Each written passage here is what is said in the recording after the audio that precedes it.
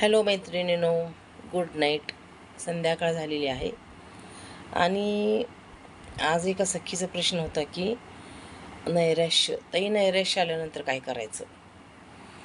आयुष्य म्हणल्यावर नैराश्य येणार. कसं असते, काही वेळेस आपण खूप काही करतो आपल्या घरच्यांसाठी, परिवारासाठी ना, तरीसुद्धा त्यात तुम्ही चुका काढता, छोट्या छोट्या गोष्टीवरून चुका काढता, मन दुखवता, तर समोरच्या माणसाला नैराश्य येणार. पण कसं असते, आपल्याला माहीत असते आपण चुकत नाही आहे, तरीसुद्धा समोरचा माणूस आपल्यावर आरोपावर आरोप लावते आणि आपल्या चुका दाखवते. मग चुका दाखवणारा माणूसच हा स्वतः दोषी असतो.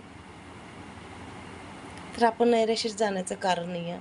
जे कोणी नैराश्यात जात असेल त्यांनी बाहेर पडा नैराश्यामधून आणि समोरासमोर चूक